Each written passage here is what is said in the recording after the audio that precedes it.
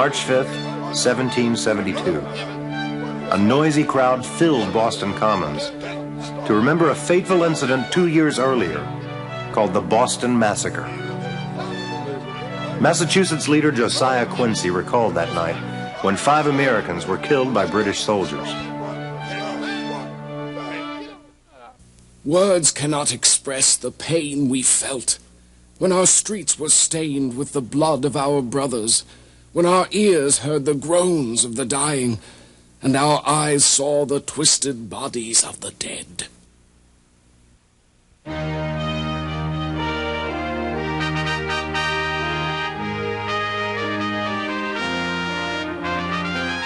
Conflict between the American colonies and Great Britain centered on the issue of taxation without representation.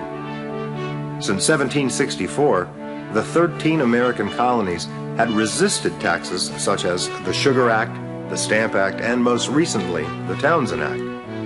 In each case, the British Parliament had taxed goods brought into the American colonies without the consent of the colonists. Americans had no vote or voice in Parliament. The anniversary of the Boston Massacre also reminded American colonists about the Quartering Act. This law required the colonists to support British soldiers stationed in their colonies. Tension between some colonists and redcoats had started the Boston Massacre. Here is your receipt. To calm colonial anger, Parliament repealed all its new taxes, except for the tax on tea. Most colonists were loyal to the king. But by the time Parliament ended the Townshend Acts, many Americans no longer trusted the British government. In Boston, Samuel Adams began organizing groups known as Committees of Correspondence to coordinate responses to British actions. They helped to build links across the long distances between colonies and to focus their grievances against Britain. What was the Boston Massacre? Explain the meaning of taxation without representation. Why did Parliament adopt the Quartering Act? I didn't realize how important the Boston Tea Party really was. I thought it was just a bunch of guys throwing some tea into the harbor. Yeah, the colonists were really angry about being taxed so much by Britain. Also by the monopoly created for the East India Tea Company. I guess they just wanted to have control of their own trade. Yeah, I think it was a real act of defiance. In the spring of 1773, a new tax on tea again stirred up trouble between the colonists and Parliament. The British government wanted to create a monopoly for an English business called the East India Company. There's no right to put a tax upon us unless we are represented in Parliament. Once again, the British misjudged the colonists. Most Americans resented Parliament controlling their trade. Others denounced taxation without representation. 4 cities were targeted to receive the first shipments of East India tea: New York, Boston, Charleston, and Philadelphia. American patriot leaders decided to resist delivery. The only question was, where would conflict come?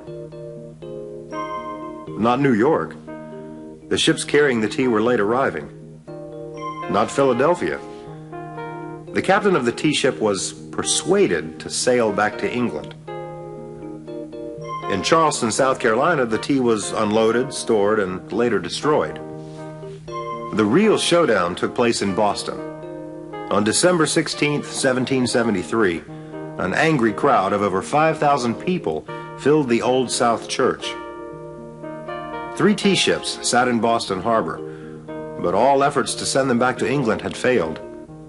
Suddenly, someone in the crowd yelled, "Boston Harbor a teapot tonight!"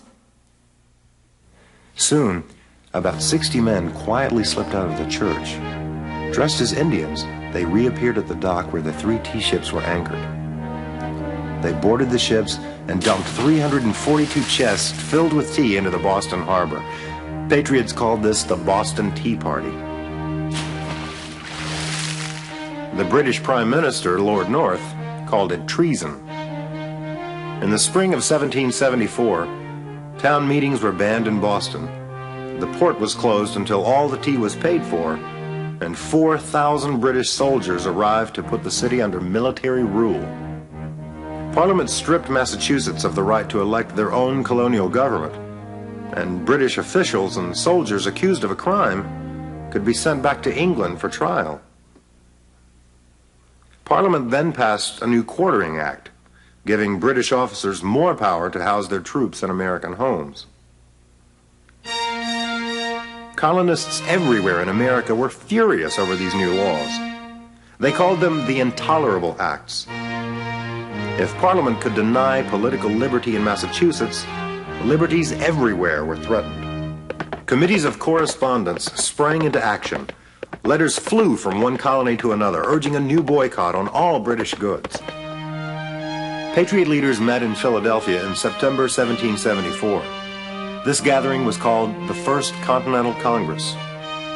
They voted to disobey the Intolerable Acts and not to buy or sell British products. Committees searched out merchants still trading British goods, printed their names in local newspapers, and forced them to stop or leave town. Soon, these committees became the unofficial government in their cities and towns. They organized volunteer soldiers, called militias, and gathered weapons. Though all this was against the law, these patriot committees had strong community support. As the militia grew, some patriots sought the support of the Indians. In the South, the leaders of the Creek Nation gave them this advice. We thought all the English people were as one, but now we hear that they have a difference among themselves. We hope that they drop their quarrels and not fight with one another. Some people known as Loyalists agreed. They had close ties with Britain and opposed breaking with the mother country. Many were government officials, soldiers in the British Army, religious leaders in the Anglican Church, or merchants who depended on trade with England. Back in England, most members of Parliament were very angry at the Patriot actions. A few British leaders, led by Edmund Burke, did speak up for compromise. Burke warned that force might slow the American colonists, but ultimately it would fail because the spirit of liberty is stronger in the English colonies than in any other people of the earth. But most British leaders were in no mood for compromise. Instead, they went on the offensive. In April 1775, Parliament told Thomas Gage, the commanding general in Boston, to move against the rude rabble who were gathering weapons and preparing for war. You had better act now, while a small group of your soldiers can still stop this ragged bunch of poorly armed troublemakers. If you wait, you will most certainly face a larger and stronger force later. General Gage agreed. His spies told him that in nearby Concord village, colonists were hiding guns and supplies. The time had come to act. Gage decided to send 700 British troops to seize those supplies. On the way, they were to stop in Lexington and arrest two Patriot leaders, Sam Adams and John Hancock. But the Patriots had their own spies and sent two messengers, Paul Revere and William Dawes, to warn the Minutemen in Lexington and Concord. The Minutemen were the members of the local militia who chose that name because they could be ready to fight with a minute's warning. Paul Revere described his nighttime ride. I set off upon a very good horse. It was about 11 o'clock. I saw two men on horseback under a tree. When I got near them, I discovered they were British officers. One tried to get ahead of me, and the other to take me. I turned my horse very quick and galloped away. In Medford, I wakened the captain of the Minutemen, and after that I alarmed almost every house till I got to Lexington. Paul Revere did his job well. Samuel Adams and John Hancock had time to escape, and when the Redcoats reached Lexington, they faced 70 armed Minutemen. The British commander ordered them to go home. The American captain, John Parker, saw that he was outgunned, so he called on his men to withdraw. But suddenly a shot was fired. The British soldiers returned fire. 8 Americans lay dead.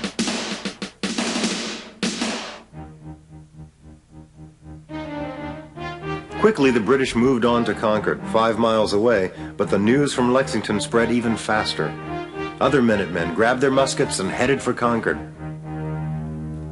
After a brief clash at North Bridge, near Concord, the British decided to return to Boston. On their march back, thousands of militiamen fired on them from behind trees, bushes, and houses along the road. By the end of the day, 70 Redcoats had been killed and over 200 wounded.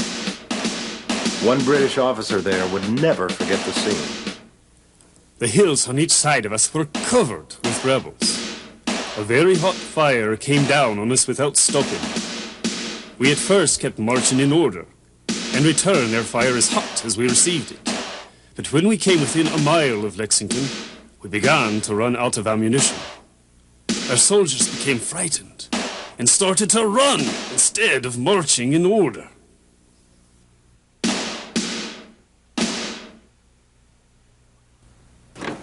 Get your firelock, Jeremiah. What's the matter? Over the next few days, thousands of volunteers from all over New England poured into Boston. None had uniforms, and not everyone had a gun or sword. But they were ready to fight. Thousands of redcoats, families dead and fleeing. Why was the First Continental Congress held? What caused the battles of Lexington and Concord?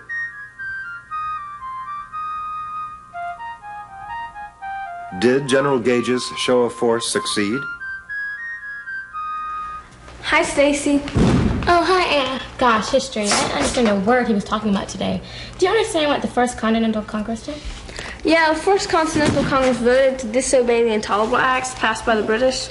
So what did these people do about the acts? Well, they formed committees to find people still trading with the British and make them stop. They built up the local militias and stockpiled weapons and gunpowder. Oh, so that's why the British wanted to march on Lexington and Concord to get the weapons. Yeah. Okay, so went to Boston. Seen the redcoats. You need to... Outright war now seemed inevitable. News from Lexington and Concord quickly spread to the other colonies. More colonists joined the ranks of the Patriots. In May 1775, excited colonial leaders met again in Philadelphia for the Second Continental Congress. John Adams complained, "So many questions, political, commercial, and military, press and crowd upon us so fast that we know not what to do first." Abigail Adams, John's wife, wrote to her husband in Philadelphia. "I desire you remember the ladies and be more generous to them than your ancestors.